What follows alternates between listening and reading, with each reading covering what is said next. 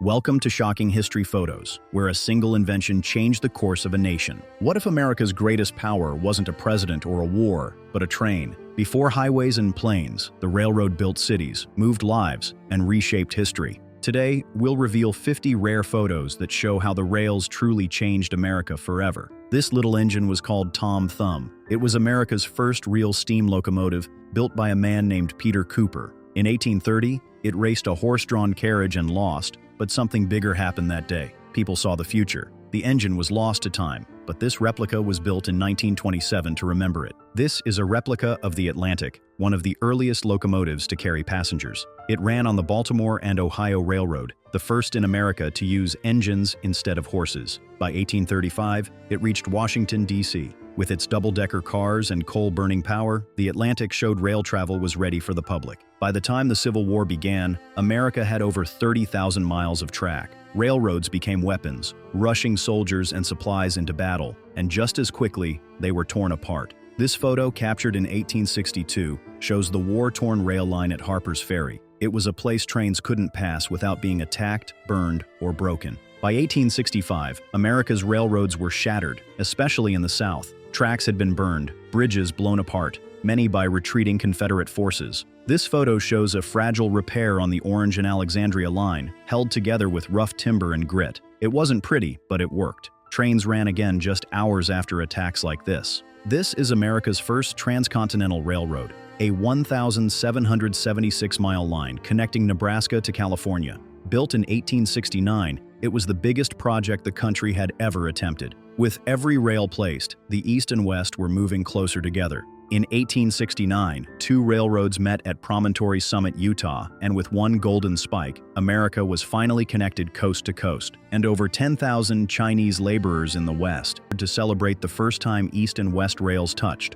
It was more than a photo moment. It marked a new era of movement, trade, and unity. In the 1870s, America's railroads were built by hands from far beyond its borders. With labor shortages after the Civil War, companies turned to immigrants, thousands of Irish workers in the East, and over 10,000 Chinese laborers in the West. This photo shows Chinese workers on the Northwest Pacific Railway, helping to shape the nation's transcontinental future. This photo shows the first train to run between Des Peres and Milwaukee in 1873. It was part of the Milwaukee and Northern Railway and helped connect towns across Wisconsin. The engine, called the Cedarburg, opened a new chapter for travel and trade in the region. For many people, this was their first time seeing a train. This is the design of a coal-burning engine built in 1877 for the CM and JTP Railway. Made by the Schenectady Locomotive Works, it weighed 81,000 pounds and was built to carry heavy loads. Engines like this were part of the big push to expand railroads across America in the late 1800s. This photo was taken in 1883 at Mill City, Nevada. It shows the conductor, train crew, and even a small mascot from the Central Pacific Railroad. They're taking a short break during a long journey. Moments like this were common across the growing West, as trains rolled through towns, deserts, and endless miles of new track. This was an engineering marvel for its time. In 1876, workers built a tall iron bridge at Dale Creek, Wyoming, to replace a shaky wooden one. The old bridge had swayed so badly, 2 men fell to their deaths. The new one was safer, but trains still crossed it slowly. Even getting across a gap like this was a huge challenge. In 1877, railroad workers went on strike after their pay was cut again. The government sent in troops, and things turned violent. When 20 workers lost their lives in Pittsburgh, angry crowds set fire to trains and buildings. This photo shows the damage at the Pennsylvania Railroad roundhouse. The strike soon ended, but the workers went back with no raise at all. This photo from 1885 shows a new rail bridge crossing the Green River in Washington. By then, railroad empires were growing fast. Rich men like Vanderbilt and Jay Gould were buying up smaller lines and building huge networks. People nicknamed them robber barons, criticizing the vast fortunes they made through the railway business. This photo shows the death of canals. It was taken in 1885 at the Drake Street Engine House in New York. The Delaware and Hudson Company had once moved coal by water, but canals were too slow. By now, trains had taken over. Rail lines reached across the state, and the old canal was shut down in 1898. In 1886, Chiricahua Apache prisoners, including their leader Geronimo, were transported by train from Texas to Florida under government orders. This relocation was part of a wider campaign to remove native tribes from their ancestral lands. As railroads spread west, they also enabled the U.S. Army to move quickly, reshaping the balance of power on the frontier. Railroad crews laid track through the rough lands of Montana in 1887. They lived in moving tent towns that followed the rails. Saloons, gambling houses, and brothels popped up beside them. These wild camps quickly earned the name Hell on Wheels. For many workers, it was a hard mix of labor, danger, and restless nights. By the 1890s, trains weren't just crossing the country, they were rising into the sky. This image shows Chicago's first elevated railway, opened in 1892. Called Else, these high tracks helped trains move through busy city streets. New York had one in 1878. Boston and Philadelphia followed later. Some loved the view, others wanted peace and pushed for subways instead. Railway building was so profitable in the 1880s that nearly every tycoon wanted in. But the bubble burst in 1893 when a financial crisis hit Wall Street. Many railroads went bankrupt. Workers suffered most, and many went on strike. The government sided with big business and deployed troops to guard railroad property. This scene shows soldiers guarding the Rock Island Railroad in Illinois. This was the birth of electric trains in America. In 1895, the Baltimore and Ohio Railroad ran the first electric passenger service through a 3-mile tunnel. Cities had grown tired of the smoke from steam engines, and change was needed. It wasn't cheap, and full electrification took years, but this was the spark that lit the future. This is what luxury looked like on an American train in the late 1800s. This picture shows the Pullman sleeper car. Seats folded down into beds, and a second bed came down from the top. Curtains gave each person a bit of privacy. It was soft, quiet, and comfortable, like a small hotel room on wheels. This was a private dining room inside a wealthy traveler's railcar. Only the rich rode in cars like this. Instead of eating in a crowded dining car, they had their own space with fine furniture, full meals, and quiet service. It was train travel at its most private and comfortable, more like a home than a ride. This logging train ran on the Manistee Railway in 1895. It helped carry wood between Lake Superior and Lake Michigan. Trains like this were a big part of the lumber business. They moved heavy logs through forests and across long distances, doing work that wagons just couldn't handle. Around 1900, the Brookfield Railroad Depot was a busy stop for travelers and goods. This photo, now displayed at the Dousman Stagecoach Inn, shows what train travel looked like in small-town America. People came here to catch trains, send mail, or just watch the engines roll in and out.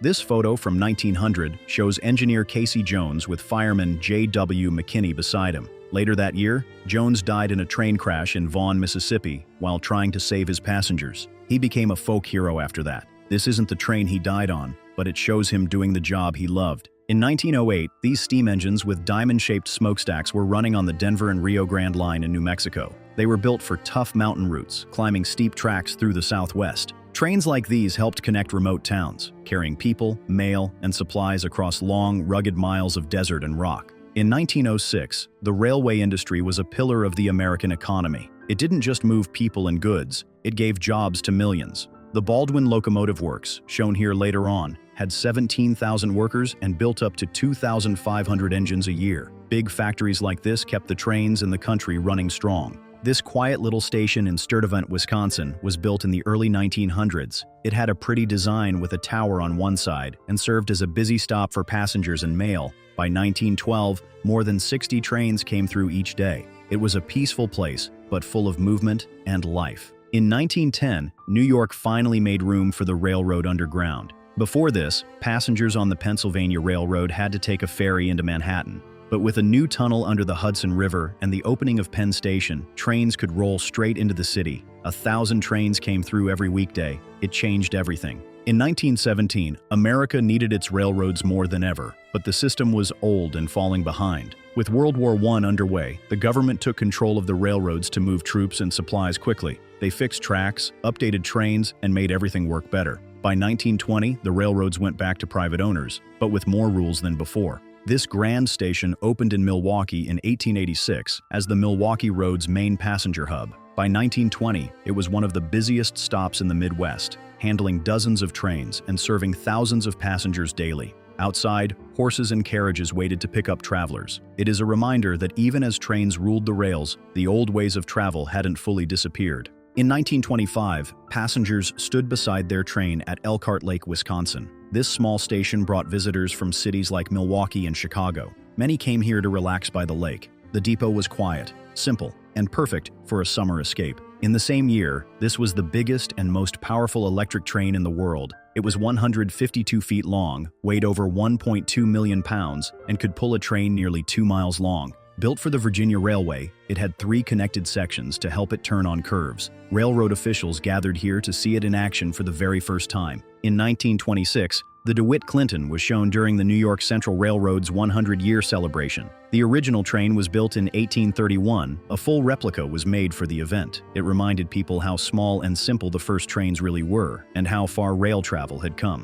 In 1931, A.O. Smith was a major maker of large steel pipes in Milwaukee. These pipes were shipped by rail to construction sites and industry across the U.S. A photograph shows them lined up on flat rail cars, ready to head out. It's a quiet scene, but it shows how trains moved the heavy materials that built America. In 1932, Ireland tested a train powered only by batteries. It ran 36 miles near Dublin using a drum-electric battery. This idea was ahead of its time. In America, electric trains had already started in big cities like New York and Chicago, but battery-powered trains were still rare. Even today, railroads are returning to this clean technology. In 1933, the Royal Scot, Great Britain's famous express train, visited America. It steamed over Milwaukee's Kinnickinnick Bridge toward the Chicago and Northwestern Depot. Nearly 500,000 people toured the train during its U.S. tour and the Century of Progress Fair in Chicago. The event showed how railway technology brought the world closer together. In 1934, train design took a bold new turn. This illustration shows 3 sleek, modern trains: the Texas and Pacific two-car train, the British Great Western's streamlined coach, and the famous Burlington Zephyr. These new shapes weren't just for looks, they helped trains go faster, smoother, and with less fuel. In 1934, a group of men pulled the new Burlington Pioneer Zephyr as part of a publicity stunt. It was meant to show how light and fast this new train really was. The Zephyr was made of stainless steel and could reach high speeds. It was a big leap forward in American train travel. In 1934, the new Union Pacific Streamliner was revealed in Chicago. It had 3 sleek aluminum cars that together weighed as much as one old sleeper car. A powerful 600 horsepower engine made it fast, reaching speeds up to 110 miles an hour. Reporters were the first to see it, and it quickly became a symbol of the future of train travel. In the 1930s, trains faced tough new competition. Cars, buses, trucks, and planes were growing fast. The government helped build highways and airports, but trains were held back by rules and slow changes. As the Great Depression hit, railroads struggled to keep up. For the first time, they weren't the only way to move people and goods. With new competition rising, trains needed a fresh start, and they got it with streamliners. These sleek, fast trains cut through the wind and looked modern. In the late 1930s, the 10 fastest trains in the world were all American. One of the first was the Commodore Vanderbilt, built in 1934. It showed the world that trains still had speed and style. In 1936, the city of San Francisco Streamliner hit the tracks. It ran between San Francisco and Chicago, powered by a diesel engine. The trip took just under 40 hours, 19 hours faster than before. It was one of the fastest and most modern trains of its time. In 1936, this sleek 12-car train rolled into Milwaukee for a druggist's convention. It had just arrived from Fond du Lac and is seen here backing into the Northwestern Station. Streamlined trains like this were a new symbol of speed, style, and modern travel. In 1937, this 660-horsepower diesel engine was sent across the country to show how fuel-efficient it was. Built by Baldwin Locomotive Works with parts from Milwaukee's Alice Chalmers, it helped modernize American railroads. The Milwaukee Road also used it for local service, showing how strong and practical diesel power had become. In 1939, the sleek train on the left is the British Coronation Scot, seen near Baltimore during its first U.S. tour. It stood out next to the standard American train on the right. The Coronation Scot toured the country before heading to the New York World's Fair, giving Americans a look at Britain's fastest and most stylish express. In the 1950s, railroads tried to win back passengers by adding comfort and style. The Pennsylvania Railroad spent millions on new lightweight cars like this one from 1956. They had lowered floors for smoother turns, but passengers didn't love them. The split-level design caused tripping and traffic at the doors. In 1968, the turbo train brought jet-age speed to the rails. It was built by an aircraft company and powered by gas turbine engines, just like airplanes. It could lean into turns and move fast, but rising fuel costs ended its journey early. The trains were retired after only a few years. By 1971, trains were in real trouble. People were driving and flying more, and many railroads went out of business. After a major company collapsed, the government stepped in and created Amtrak. It was a new start for passenger trains in America. This photo from 1974 shows travelers beside an early Amtrak train in New Mexico. In the 1980s, Amtrak worked to modernize its trains and tracks. Trains once built the nation, carrying steel, coal, and people across vast open land. Now they were quietly rebuilding their place in a changing world. Freight made a strong return, powered by workhorses like the electric AEM-7, shown here in 1987. The golden age had passed, but the rails still carried the weight of a nation. Today, trains still move huge amounts of freight across the country. In big cities, subways and commuter trains carry people to work every day. But in most places, people still travel by car. Leaders often promise high-speed rail and new upgrades, but the golden age of passenger trains lives mostly in memory. These photos remind us that every train carried more than passengers. It carried pieces of America's story. Tell us which one surprised you the most, or made you see American history a little differently. Thanks for watching Shocking History Photos. If you love this kind of journey, hit subscribe, and we'll see you in the next one.